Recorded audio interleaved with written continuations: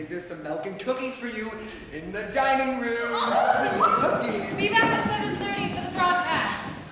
Okay. I am just simply so excited. I have been working weeks on the girls' costumes. You do know it's radio, right?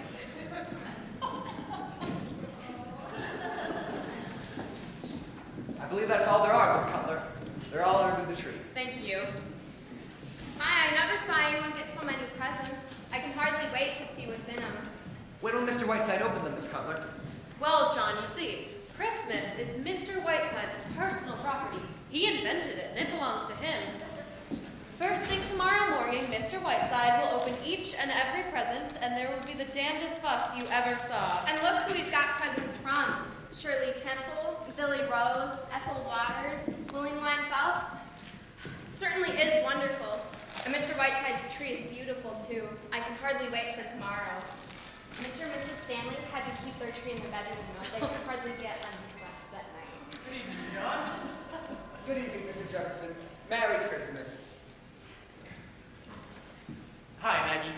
Merry Christmas, Sarah. Merry Christmas, Mr. Jefferson. Say, business is good, isn't it? Hi, with a little quiet blackmail in the weekly radio hour we'll give you. What do the sponsors give you? They give him a year's supply of their product, cream of mush. And we'll give it right back to them over the air. Oh, wait until you hear tonight's broadcast, old fellow. It's so sticky, I haven't been able to get it off my fingers since I copied it. I bet. Look, I'll complain. Under the influence of God knows what, I just bought you a Christmas present. Why, Mr. Jefferson, sir. Only I'd like for you to see it before I throw away my hard-earned money. Can you run downtown and take a look at it with me? Bert, this is very sweet. I'm quite touched. What is it? I can't wait. A 2-year subscription to Pick, Click, Look, and Listen. Say, do you think I'm going to tell you? Come down and see. All right. Sherry, I'm going out for a minute with Horace Greeley. I won't be long. No, Mr. W. How about some cribbage after your broadcast tonight? No, I will not play cribbage with you, Klondike Harry. Where are you off to now, Madame Butterfly? I'm being given a Christmas present. Anything you want done downtown? Yes, bring baby a lollipop. What are you giving me for Christmas, Jefferson? I have enriched your feeble life beyond your capacity to repay me. Yes, that's what I figured. So, I'm not going to give you anything. I see. Well, I was going to give you my old trust, but now I shan't. Maggie, what time are those radio men coming? About 6:30. I'll be here. You've got to cut, Sherry. You're 4 minutes over. Oh, by the way, there's a wire here from Beverly Carlton. Good. He doesn't know a train you can get out of Chicago. He'll be here sometime this evening. Is he staying overnight? No, he has to get right out again. He's sailing Friday on the Queen Mary. Think I could peek in the window and get a look at him? Beverly Carlton used to be one of my heroes. Used to be, you ink-stained hack. Beverly Carlton is the single greatest talent of the English theater today. Take this literate numbskull out of my sight, Maggie, and don't bring him back. Yes, sir, Mr. Whiteside. I will come back until Beverly Carlton gets here. Where are we going, Bert? I want to know if you fought me. I'm like a 10-year-old kid. Well, you certainly look excited.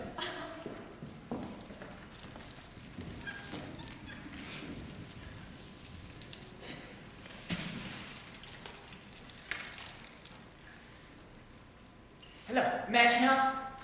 I would like to know if Miss Lorraine Sheldon has arrived yet. Yes, she's on the Normandy. It sailed from Southampton. No, never mind. Goodbye.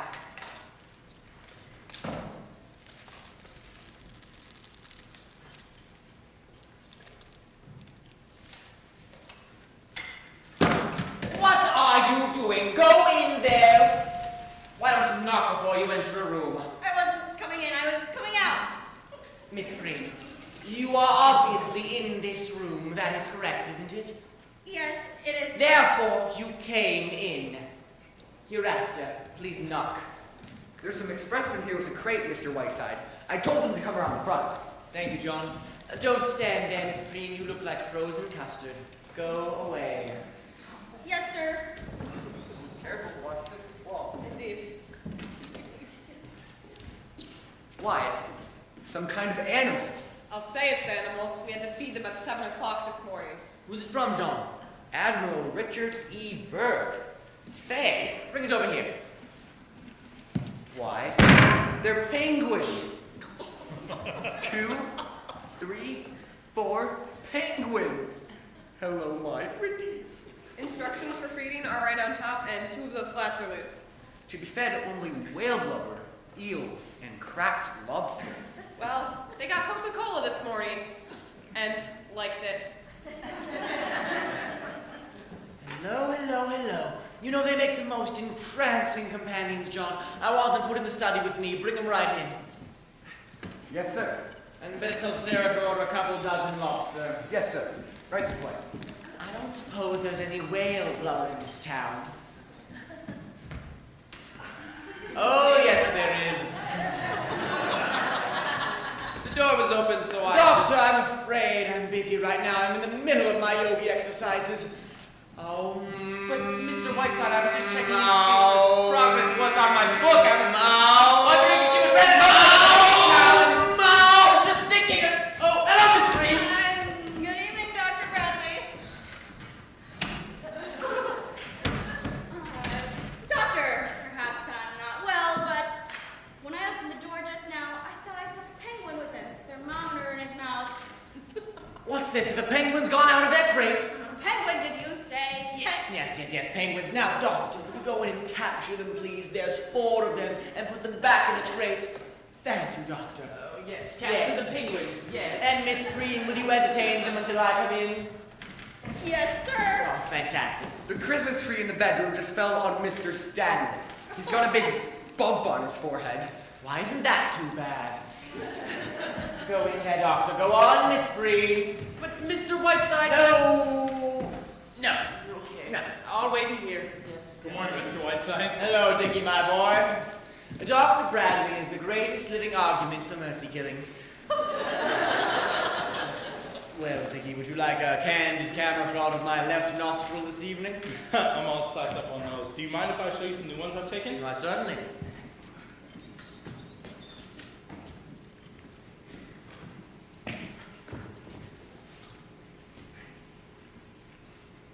Why, these are splendid, Richard. There's real artistry in them. They're as good as anything by Margaret Bourke-White. I like all the things you showed me. This is the essence of photographic journalism. Say, I wouldn't say they're as good as that. I just like to take pictures, that's all. Richard, I've been meaning to talk to you about this. You're not just some kid fooling with the camera anymore. These are good. This is what you ought to do. Say, wouldn't I like to, though? I mean, that's what I've been dreaming of for years. But why can't you do it? If I were your age, I'd do it like a shot. You know why? Dad. Richard, do you really want this more than anything else in the entire world? I certainly do. Then do it! Hello, Dick. Good afternoon, Mr. Whiteside. Ah, June, my lamb. So I'm afraid it's up to you, Richard. Well, I guess it is. Thank you, you've been very splendid, and I'll never forget. Righto, Richard. June, are you coming upstairs? In a minute, Richard. When you do, can you please knock on my door? I need to talk to you, okay? Yes, I will. June, my lamb, you were too young to know about the Elwell murder, weren't you? Completely fascinating. I have about 5 favorite murders, and the Elwell case is one of them. Would you like to hear about it? Well, Mr. Whiteside, I wanted to talk to you for a few minutes. It's important. Why, certainly, my dear. I take it this is about your young Lothario at the factory?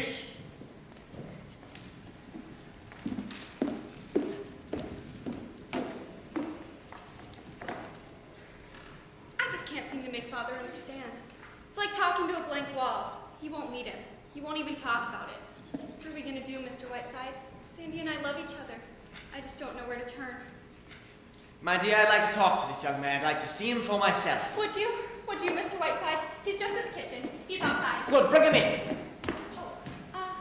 Mr. Whiteside, Sandy's a very sensitive boy. You'll be nice to him, won't you? Damn it, Jude. When will you learn that I am always kind and courteous? Bring this idiot in.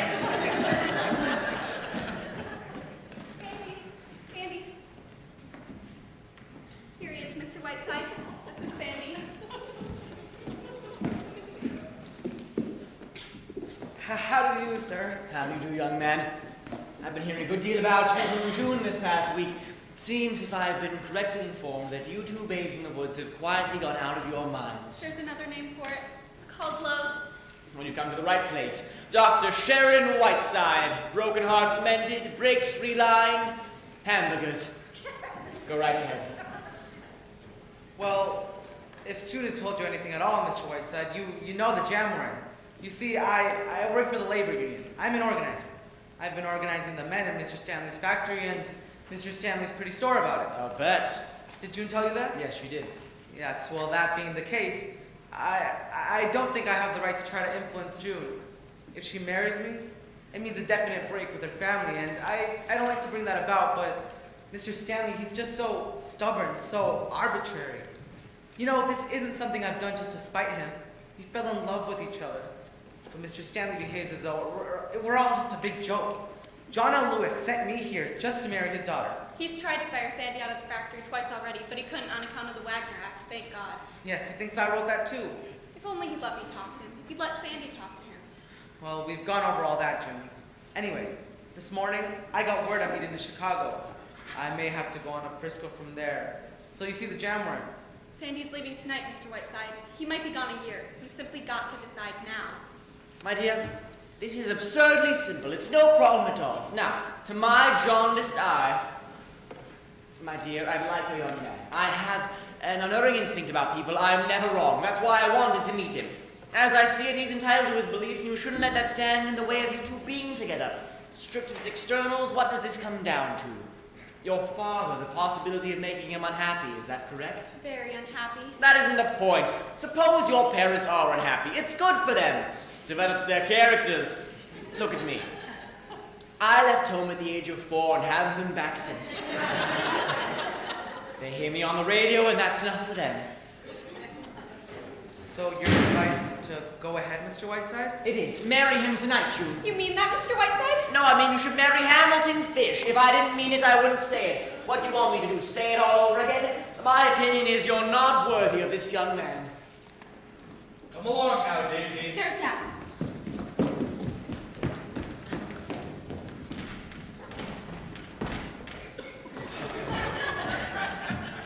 Forgive us for trespassing, Mr. Whiteside. Not at all, old fellow, not at all. It's Christmas, you know. Merry Christmas, Merry Christmas. Yes, Merry Christmas. Oh, would you like to come along with us, June? We're going to take some presents over to the Dexters. Oh, no thank you, Mother. I have some letters to write. Why, Mr. Stanley, what happened to your forehead? Did you have an accident? No, I've been taking boxing lessons. Come along, Daisy.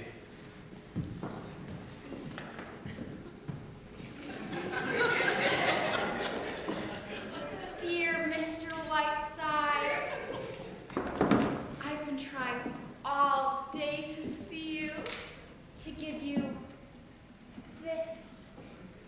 Why, Miss Stanley, a Christmas gift for me? Oh, it's only a trifle, but I wanted you to have it. It's a picture of me as I used to be.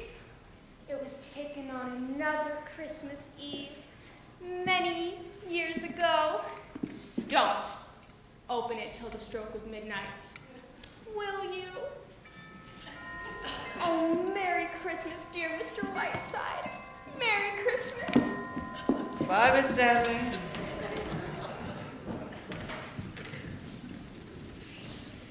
This is the Stanley residence, isn't it? Yes, it is. I can see Mr. Whiteside. Will you tell him Miss Sheldon is here? Lorraine, my blossom girl! Sherry, my sweet Oh. darling. Look at your poor, sweet, tart face. Let me kiss it. Oh, you poor darling, how drawn you are. Sherry, my sweet. I want to cry. All right, my dear, you've made a very nice entrance. Now, relax. But really, Sherry, I've been so worried. Now, seeing you in that chair. This chair fits my fanny as nothing else ever has. I feel better than I have in years, and my only concern is news of the outside world. So, take off that skunk and tell me everything. How are you, my dear? Darling, I'm so relieved. You look perfectly wonderful. I never saw you look better. My dear, do I look a wreck? I just dashed to New York, didn't do a thing about Christmas. Had my hair done and got right on the train. And the Normandy coming back was simply hectic. Fun, you know, but simply exhausting. Cary Grant, Jock Whitney, and Dorothy DeFrasso. Well, it was too exhausting. And London before that was so magnificent. Well, I never got to bed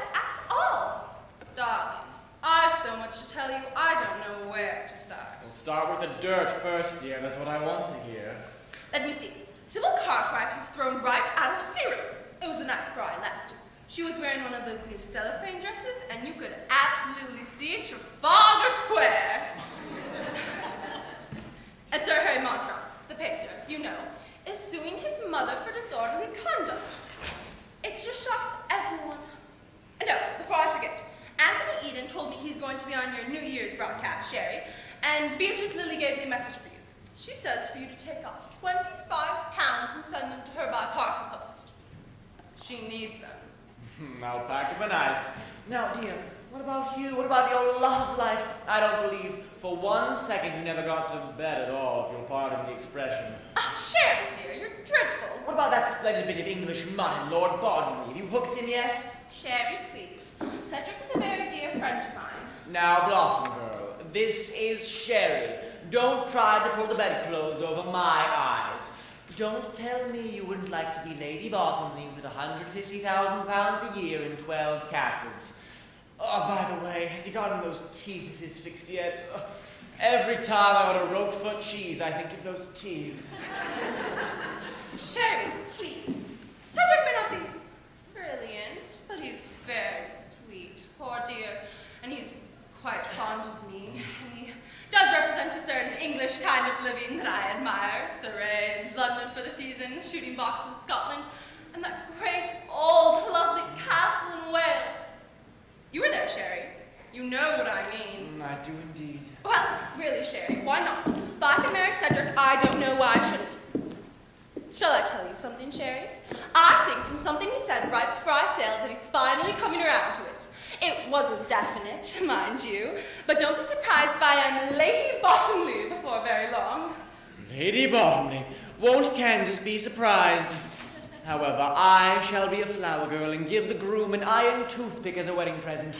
Come ahead, Blossom, let's hear more of your skullduggery. Well, Mr. White. No! Go away! Okay. Get out of here! Go ahead. who was that, Sherry? No, he's fixing the plumbing. Now, come on, Blossom. I want news. Well, darling, what about this play? After all, I've come all the way from New York, even on Christmas Eve. And I've been so excited ever since your phone call. Where is it? When can I read it? Here's the situation. Now, this young fellow, he'd given me the play with the understanding that I sent it to Catherine Cornell, and God knows I feel disloyal to Kit. Sherry! Well, there you are. Now, I've done this much. The rest is up to you. Of course, he's young and attractive, and just how to go about persuading him, I'm sure you know about more than I do. Sherry, darling, I'm so grateful. Does he know I'm coming? Mr. Jefferson, that is? No, you're just out here visiting me. Get him to take you to dinner and work around with the play, and then, I don't need to tell you how to do those other things. How did you get all those other parts? Sherry? Well, I'll go back to the hotel and change into something more attractive. I just got into my bags and rushed right over here to you. Yes, come back in your working clothes and I'll have Mr. Jefferson on tap. By the way, Blossom, who do you think is paying me a flying visit tonight? None other than your old friend and co-star, Beverly Carlton. Beverly? Really? I thought he was being glamorous again on a tramp steamer. Now, Blossom, you mustn't be jealous just because Beverly got better notices than you did. Don't be silly, Sherry. I never read notices. I simply wouldn't care to act with him again, that's all. He's not coming or staying here, is he? I hope not. Temper. No, he's not. Where'd you get that diamond necklace, dear? That's a new bit of loot, isn't it? Haven't you seen this before? Cedric gave it to me for his mother's birthday. She was simply furious. Look, darling, I've got to go. I'm going to get back here in time. What do you think? I've just been given the most beautiful... Oh, hello, Maggie, dear. I knew you must be around here somewhere. How are you, my dear? Sandy's been at work, my pet. Blossom girl just dropped in out of the blue and surprised us. Hello, Lorraine. Who's that, Bert? Come in here, Bert. Lorraine, this is Mr. Bert Jefferson, young newspaper man. Miss Lorraine Sheldon. How do you do, Miss Sheldon? How do you do? I didn't quite catch the name. Mr. Jefferson, was it? That's right, Miss. Oh, Mr. Jefferson, you don't look like a newspaper man. You don't look like a newspaper man at all. all over me in neon lights. No.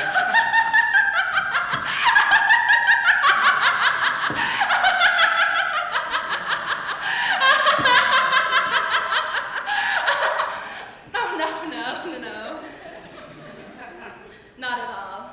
I should have said you were, I don't know, an explorer, an aviator, or something. They all have that same kind of dash about them.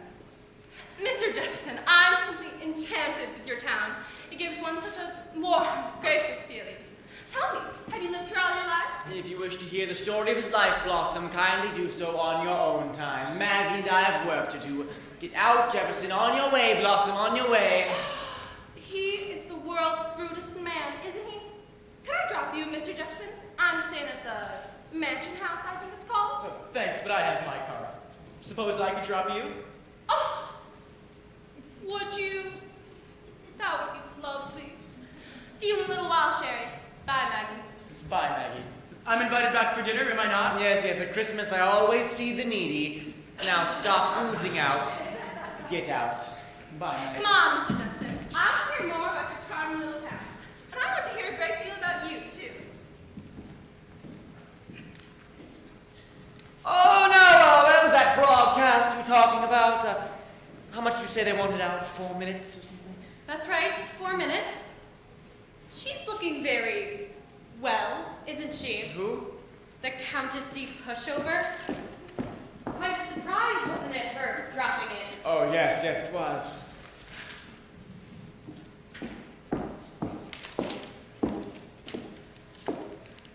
At this joyous season of the year, Why, she must have gone through New York like a dose of salts. ere the Yuletide season pass, I Now, can't. Sherry dear, we will talk just a bit. Now listen here, Maggie. I am not going to sit around here and just because a friend of mine happens to come to spend Christmas with me, that does not mean you can just walk around. I think that's Beverly. Go and see if it is, Maggie. Will you run?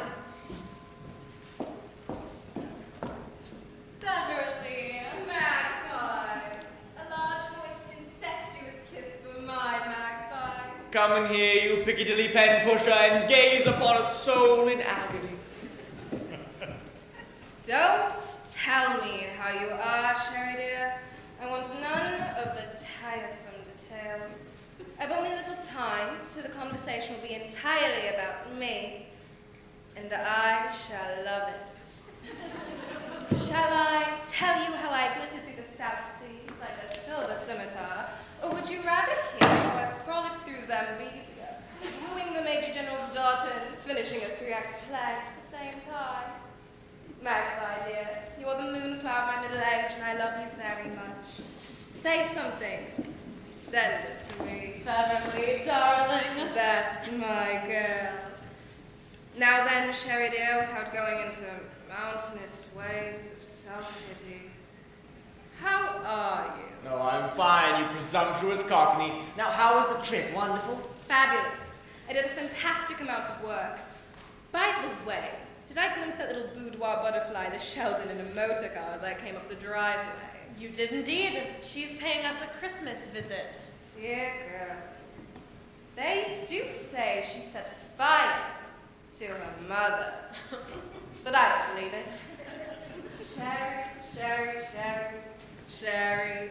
Sherry.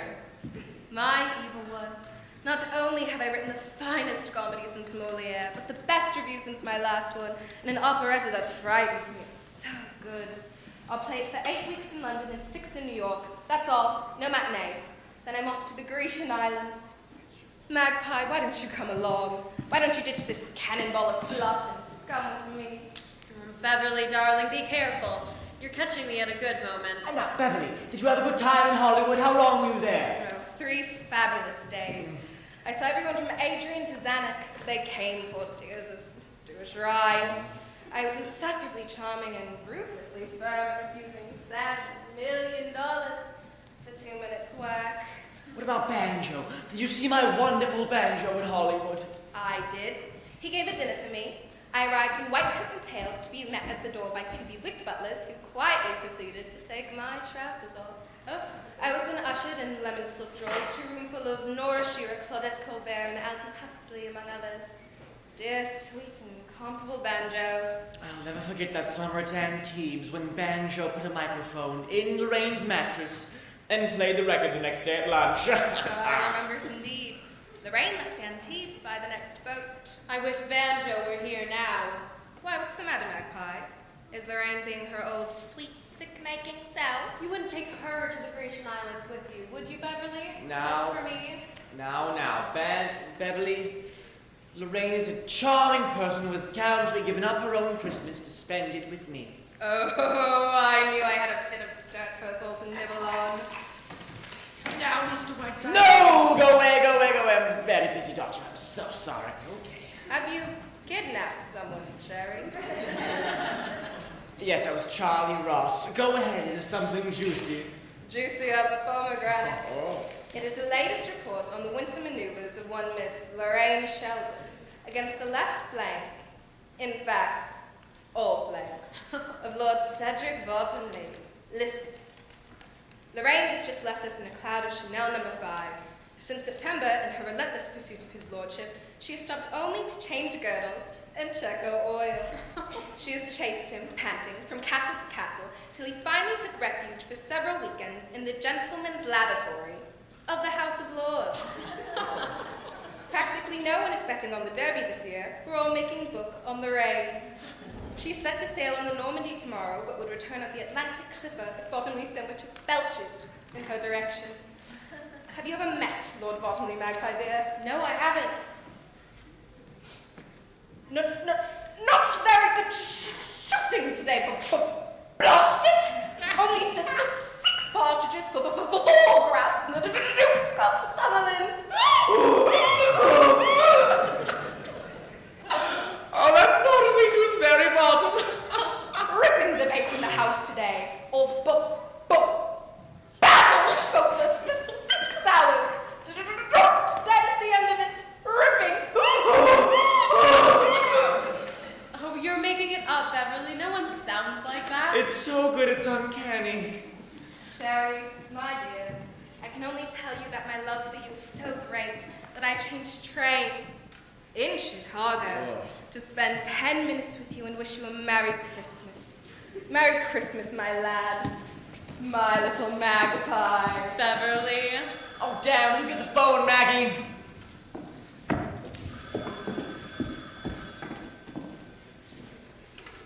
Hello? Oh, hello, Bert. Oh, well, just a minute. Beverly, would you talk to a newspaper man for just 2 minutes? I kind of promised him. Won't have time, Magpie, not unless he's on the front porch. Oh, wait a minute. Would you meet him at the station just for a minute before the train goes? Bert, go to the station and wait for him. He'll be there in a few minutes. Bye. Oh, Beverly, darling, I wish you could stay longer. As do I, Magpie, as do I. You're looking absolutely radiant today. Don't flatter her. Ah, good evening, Miss Westcott. Oh, come right in, Westcott. Ah, the airwaves, eh? Well, I shan't have to hear you, thank God. I shall be on a train. Miss Westcott, will you go in that room? John, will you show them where to plug in? Right this way. Come on, Whiteside, say goodbye. Stop this nonsense. Au revoir, Sherry. Merry Christmas. Beverly, my love. Maggie, what the hell are you? I want to talk to Beverly. You can kiss Beverly in London on July 12th. I was awfully rushed out of here like a baby that has to have his time of change. Magpie, come get a kiss. Beverly, I want 1 minute. I must have it. You'll make the train. The station's a minute and a half from here. Why, what's the matter, Magpie? Beverly, I'm in great trouble. Well, what is it? I've fallen in love. No! Yes. For the first time in my life, Beverly, I'm in love. I can't tell you about it. There isn't time. But Sherry is trying to break it up. In his own fiendish way, he's doing everything he can to break it up. Why, the old flounder, what's he doing? Lorraine. He's brought Lorraine here to smash it up. It's someone here. In this town. He's a newspaper man, the one you're going to see at the station. And he's written a play, and I know Sherry must be using that as bait. You know Lorraine. She'll eat him up alive.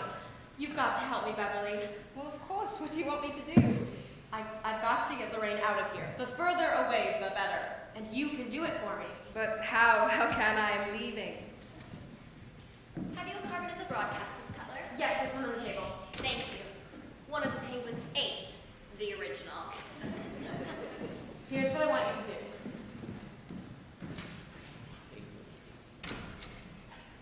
I love it. I absolutely love it. It's simply enchanting and bitches Sherry and Lorraine at the same time. I adore it and I shall do it at Brown. Darling, you're wonderful. The first baby will be named Beverly. Of course I am. Come to Chiselwick for your honeymoon and I'll put you up. Goodbye, my lovely. I adore you. Mercy, let me out of here.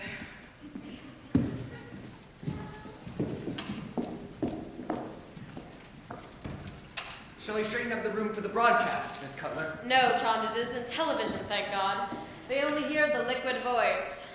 He's really wonderful, isn't he, Mr. Whiteside? The things he finds time to do. Yes, he certainly sticks his nose into everything, John. Are the girls out there yet, Miss Cutler? Yes, they are. Thank you.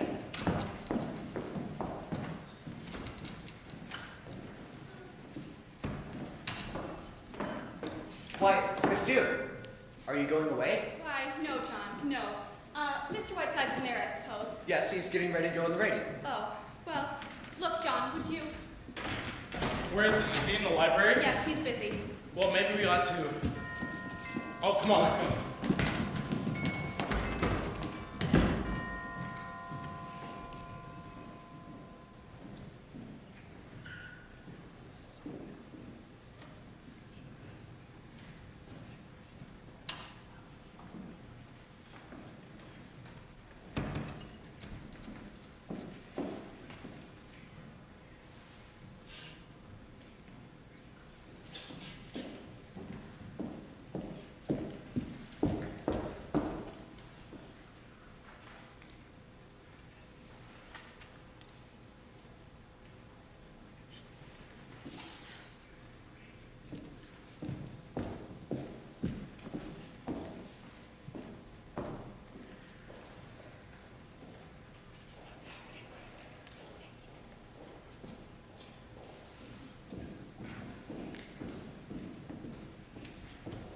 Thank you, John.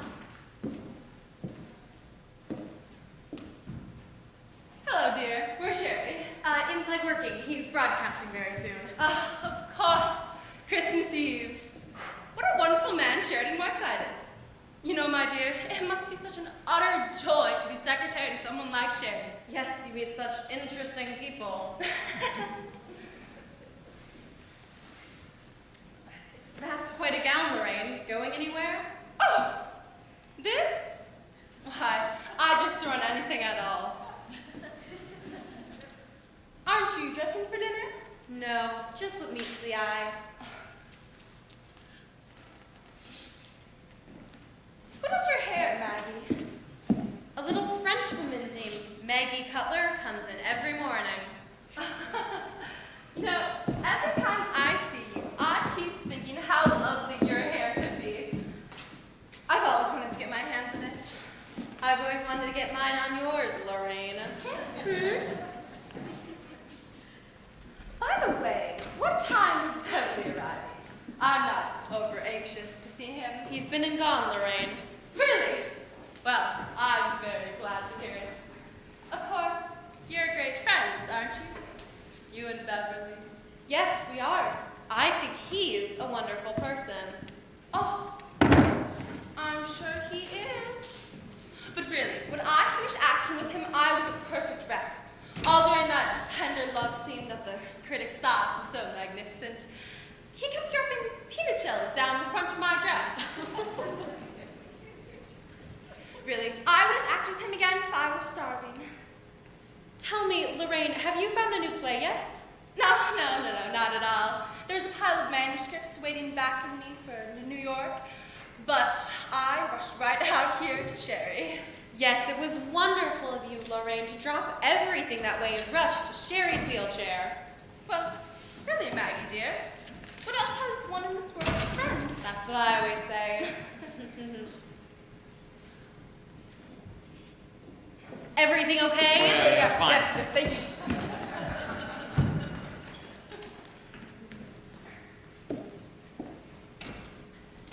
Sherry won't be in there long. Did you know Mr. Jefferson has written quite a good play? The young man that drove you to the hotel. Really? No, I didn't. Isn't that interesting? Yes, isn't it? They put a polish on my nails that I simply loathe. I don't suppose Elizabeth Arden has a branch in this town? Not if she has any sense. Oh, well, I'll just bear it, though it does depress me. Have you read this, Maggie? Everyone was reading it back on the boat. I hear you simply can't put it down. I put it down. Right there.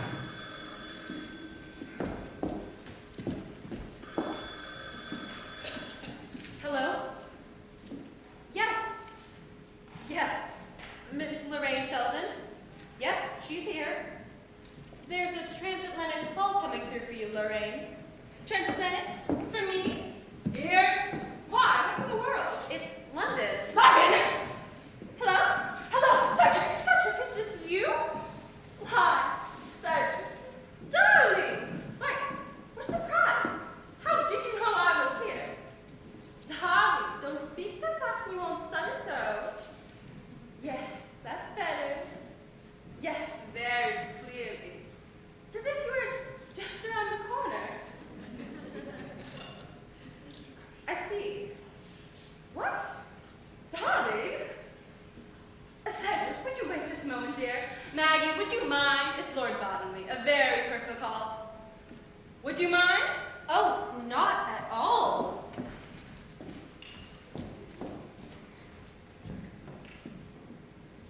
Yes, Cedric, dear, now tell me. Darling, don't stutter so. Don't be nervous. Oh, my darling. Oh, my sweet. You know how I've prayed for this every night on that boat. Yes, yes, 1,000 times, yes.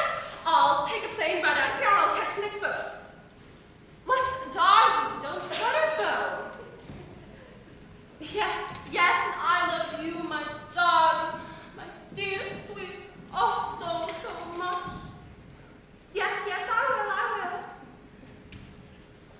will. Darling, you make me the happiest girl in the world. I love you. Goodbye, I love you. No, I love you. Goodbye. Sharon, you know what just happened? Sharon's home from London. He's asking me to marry him. What? Sharon thinks it at last. I've got to get a plane out of here and catch the next boat. May I come in? Maggie, dear, can I get a plane out of here? I simply got to catch the next boat to London. When is it? Did you know? Is there a newspaper here? The Queen Mary sails Friday. Why? What's happened? Maggie, the most wonderful thing in the world has just happened. Lord Bottomley has asked me to marry him. Oh, Maggie! Really? Well, what do you know? Isn't it wonderful? I'm so excited I can hardly think. Maggie, you must help me get right out of here. Oh, I'd be delighted to, Lorraine. Thank you, darling. Thank you. Will you look things up right away? Yes, I have a timetable right here. And don't worry, because if there's no train, I'll drive you to Cleveland. You can catch the plane from there. Oh, Maggie, darling, you're wonderful. Sherry, what's the matter with you? Haven't said a word. Haven't even congratulated me. Let me understand this, Lorraine. Am I to gather from your girlish squeals that you are about to toss your career into the ash can? Oh, no, not at all. Of course, I might not be able to play this season, but there'll be other seasons. I see. And everything goes into the ash can with it, is that correct? But Sherry, you couldn't expect... Don't explain, Lorraine. I understand only too well. And I also understand why Catherine Cornell remains the first actress of our theater. Oh, this is wonderful, Lorraine. We're in luck. There's a plane out of Cleveland at 10:03. It takes about an hour to get there. Why, it all works out wonderfully.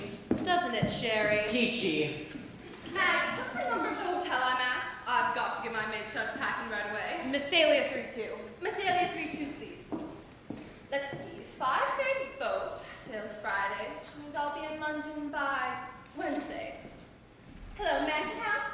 This is Miss Sheldon. Yes, that's right. Put me through to my maid, will you?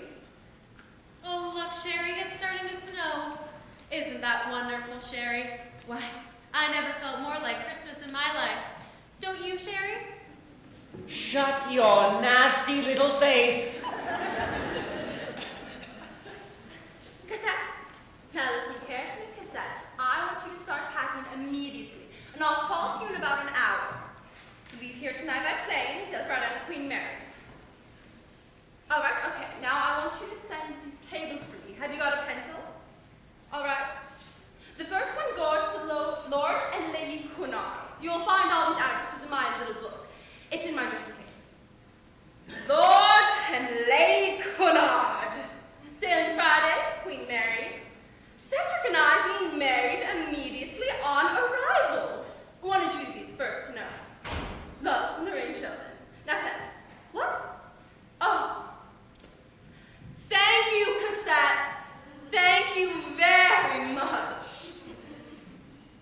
Now I want you to send the same one to Lady Astor, Lord Beaverbrook, and my mother in Kansas City. And no, send a telegram to Hattie Carnegie, New York City. Will you meet me, Sherry, Netherlands, with sketches of bridal gown and trousseau? Lorraine Sheldon. Now send. And no, send one to Monsieur Pierre Cartier, Cartier's London. Will you hold in reserve for me the triple string of pearls I picked out in October? Caden me Queen Mary. Lorraine Sheldon. Have you got all that? That's fine. Now you have to hurry, my dear. I'll be at the hotel in about an hour, so be ready. Goodbye. Thank goodness for Cassette. She's really the most wonderful maid in the world. I don't know what I'd do without her. Well, life is really just full of surprises, isn't it? Who would have thought an hour ago that I'd be on my way to London? An hour ago? No, I certainly wouldn't have thought of it an hour ago. Will you both stop this female drooling? I have a violent headache.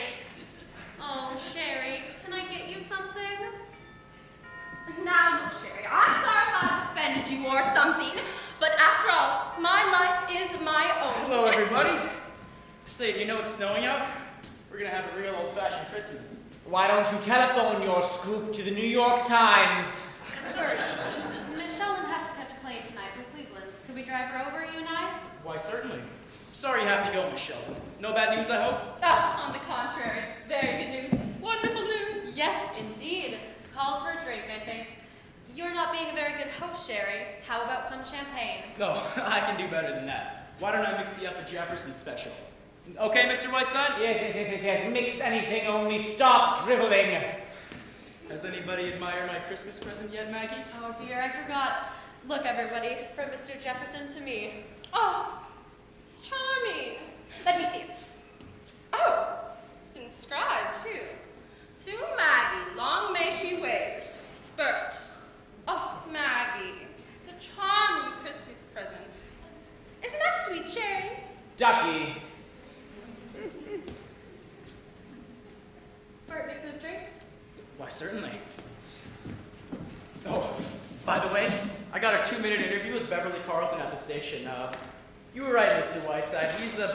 He's quite something. Bert, mix drinks, will you? On the fire. I was lucky to even get 2 minutes. He was in a telephone booth most of the time. I couldn't really tell what he was saying, but from the faces he was making, it looked like a scene from one of his plays. Bert, for goodness sake. Ah, yes, Mr. Jefferson. Mr. Carlton was in a telephone booth at the station? No, it certainly was. I thought he'd never come out. He kept talking and making the damnedest faces for about 5 minutes. Bert, my boy, I have an idea that I shall love the Jefferson special. Make me a double one, will you? My headache is gone with the wind. Okay. Philo Vance is now at work.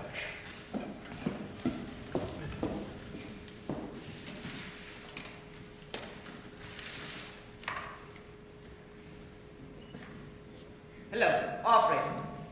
Have there been any calls from England over this telephone within the past, I don't know, half hour? Yes, I'll wait. Sherry, what is this? Shh. What's that? There have been no calls from England over this telephone within the past 3 days? Blossom girl. Now, operator, will you repeat that, please? Hear it, dear? Thank you, operator, and very Merry Christmas.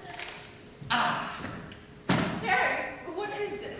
What does this mean? It means that you just played the greatest love scene of your career with your old friend and co-star, Beverly Carlton. Why, that's not true. I was speaking to Cedric. What does this mean? It means that was Beverly you poured your girlish heart out to, not Lord Bottomley. Sherry, I want this explained. Explained? You heard the operator, my dear. All I can tell you is that Beverly was engaging in one of his famous bits of mimicry, that's all. You've heard him do Bottomley before, haven't you? Yes. Yes, of course. But why would he want to play a silly trick like this? This is one of the most dreadful. Oh! God! Oh, God, those cables! Give me the hotel, whatever it's called. I'll pay him off for this. It's the last thing that I. Why? God bless the dirty, rotten mansion house! Put me through to my maid. Who the hell do you think it is? Miss Sheldon, of course! Oh, God, those cables from the cassette. Have you sent those cables? Oh, God, no, listen carefully, cassette. I want you to send another cable to each one of those people and tell them somebody has been using my name and to disregard anything and everything you hear from me. Excluding this, of course. Don't ask questions, do as you're told. Don't argue with me, you French bitch. Do as you're told. I'm not. We're not going. Now, Boston girl, take it easy. What do you mean? Take it easy. Do you realize I'll be the laughing stock of England? Why, I won't dare show my face. I always knew Beverly Carlton was low, but not this low. Why? That's what I'd like to know. You will stop him this afternoon. I can't understand it. Do you, Sherry? Do you, Maggie? Why did Beverly Carlton walk straight out of here and go right to a telephone booth, try to send me to England on a fool's errand? Why? There must have been some reason. There must have. It doesn't make sense otherwise. Why would Beverly Carlton, or anyone else for that matter, want to...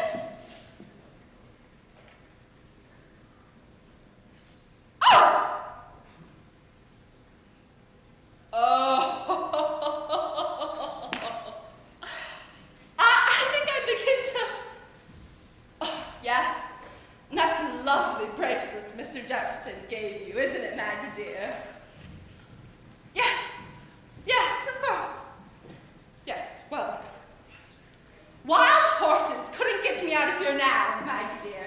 And if I were you, I'd hang on to that bracelet. It'll be something to remember her by. All right, Mr. Whiteside, almost time. Hook her up, boys. Start testing. Here's your new copy. How much time? Couple of minutes. Here comes the Jefferson special. Have we time? I'm sure we have. Mr. Jefferson, my plans have changed. I'm not leaving after all. Oh, that's good. Yes, it is. And I hear you've written a simply marvelous play. I want you to read it to me tonight. We'll go back to the mansion house after dinner, and you'll read me your play. Why, I should say so. I'd be delighted. Maggie, did you hear that? Say, I bet you did this. You arranged the whole thing. Well, it's the finest Christmas present you could have given me. Maggie? Maggie! 30 seconds, waiting. Mr. Whiteside, 29, 28, My son has run off on a freighter and my daughter is marrying an anarchist. Quiet. 24, they say you told them to do it. Oh, my poor Richard, this is the 19, most awful. Quiet, we're going on the air. Don't tell me to be quiet. Quiet, for God's sake, quiet. No! 12, All right, right down this. 10, 9, 8, 7, 6, 5, 4, 3, 2. Okay, New York. Good evening, everybody. Cream of Mush brings you Sheridan Whiteside. This is Whiteside speaking. On this eve of eves, when my own heart is overflowing with peace and kindness, I think it most fitting to tell once again that story of that still and lustrous night, nigh on 2,000 years,